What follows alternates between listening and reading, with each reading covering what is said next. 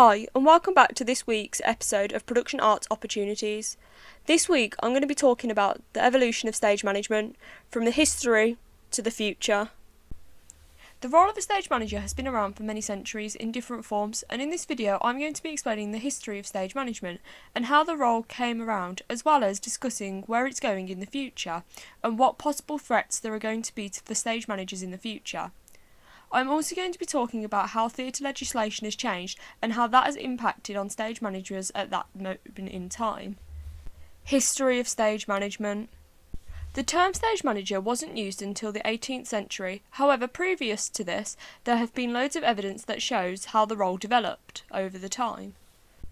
One of the first pieces of evidence of a role that's similar to a stage manager is in the Middle Ages, where there is evidence of a conductor de secret who oversaw the collecting of money and was a prompter backstage.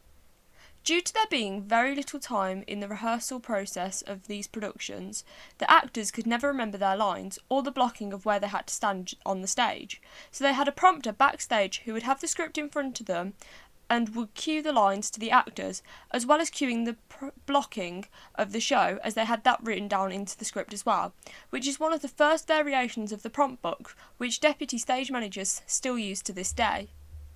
From the 14th century to the 17th centuries, the actors and playwrights handled the financial, directorial and stage management duties themselves, as productions were not that complex and the development of the other areas such as lighting had not happened yet.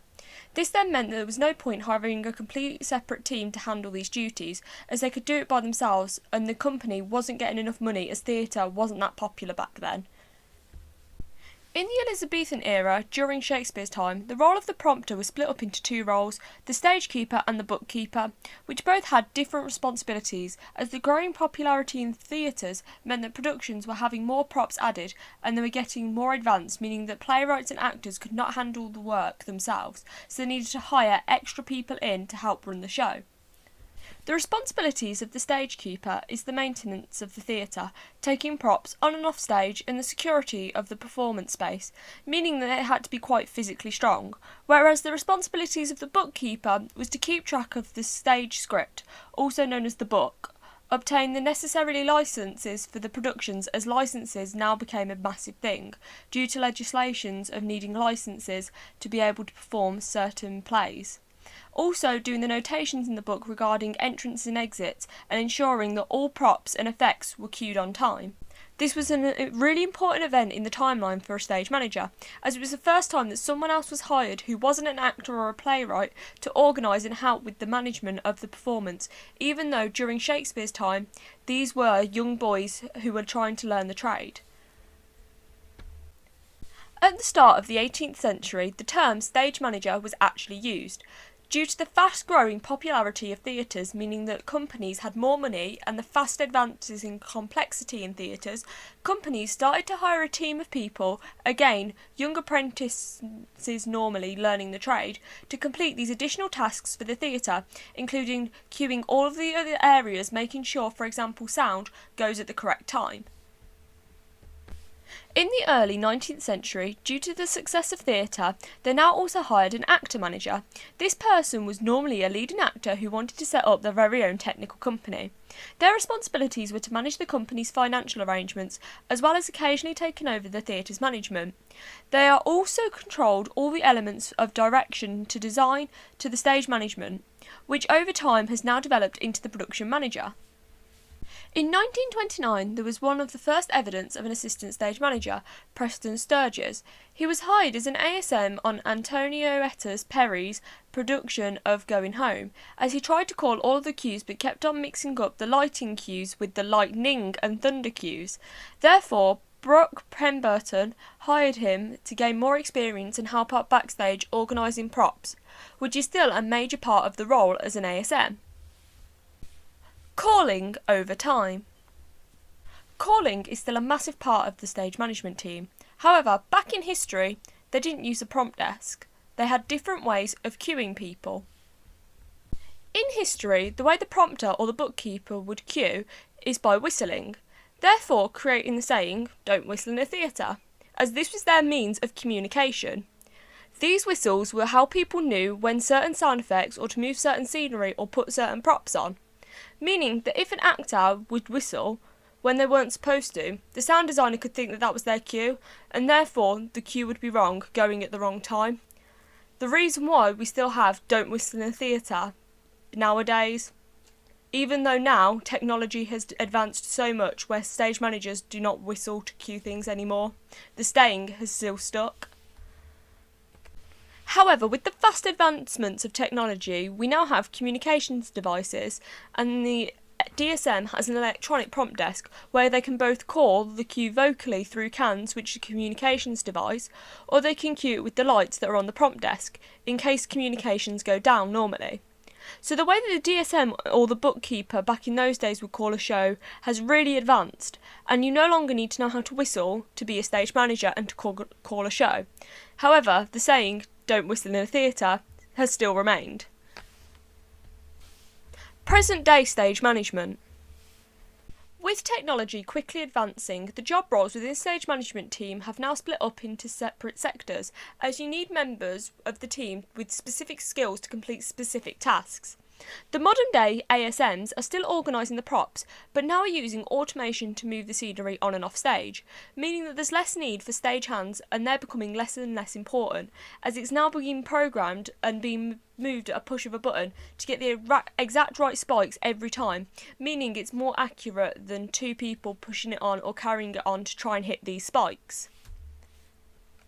We also now have wireless CANs, which is the communications device I mentioned earlier, and even these are developing. The communications are now wireless, meaning that DSMs can communicate with all departments from anywhere in a theatre, therefore meaning that they can cue all the other departments from somewhere away from their prompt desk. This now means that the DSM isn't restricted to staying at the prompt desk to communicate with other departments, meaning that they're a lot more flexible, so if they're needed somewhere else they can still cue people from wherever they are. Also, present day DSMs can also cue the lighting and the sound etc. by the click of a button themselves. Some of them don't have to call a show anymore, as they can just click a button when they need to, according to what their prompt copy says. They will still have the cues in the prompt copy as they need to click the button, but they do not need to communicate this through to the LX operator or the sound operator anymore, as they could just do it themselves, which is easier and also saves the company money, as they do not need to hire an LX operator and a sound operator separate. The DSM will cover all of these things. Stage management in the future. In the future, there might not be a need for a deputy stage manager to call a show. This is because cues are becoming more automated where you can timecode your cues, and this means that you do not need a deputy stage manager to sit in front of a prompt copy and call the show. This then means that it's being done more automatically, where it can be done at a push of a button to start the show, and the rest of it is just hit by timecodes. Also, visual cues could be done by sensors that are on the stage. However, you may still need a stage manager to go into rehearsals and know where the actors are going to be going on stage and when the cues need to happen, so that this can be programmed into the software correctly that is going to be doing the automated calls. They also may need to have someone who can call the show in case the technology breaks and in case the automated calls aren't working. This may be that someone needs to still be able to cue and still need to know when all these cues are meant to happen, meaning that you may still need a prompt copy. This does mean that a stage manager will have to develop their skills and learn how to timecode cues, as they will need to know how to program these cues together during the tech based off the notes that they made in rehearsals, meaning that their job will be constantly evolving and becoming more of a technical job, knowing how to timecode cues, including the timecoding of lighting and sound. The job role for an ASM will also change, as they do not need to physically move the set on and off stage anymore. This can all be done through automated tracks. However, you may still need ASMs backstage to organise handheld props and make sure that all the automation is working correctly, meaning that it will be more of an engineering job. In the future, there will be less need for ASMs that are strong to be stage hands and more need for engineers who can fix the electronics in the tracks and the automated systems when it breaks, meaning we're moving away from being more physically skilled to being more technologically skilled, and meaning that the skill level of ASMs is going up, meaning that ASMs will need to be more trained and more skilled going into the job rather than ASMs starting at the bottom and working their way up like they are now. The theatre is a rapidly changing thing, with new technology being developed every day. This does mean that job roles like ASM and stagehands will move away from the traditional way of being completed. For example, manually pushing scenery onto a stage and moving to more technical roles like fixing the automation that is moving the scenery. But as long as all stage management teams take the opportunities to upskill in areas and advance with the technology that is advancing, then there should be employment opportunities for every stage manager.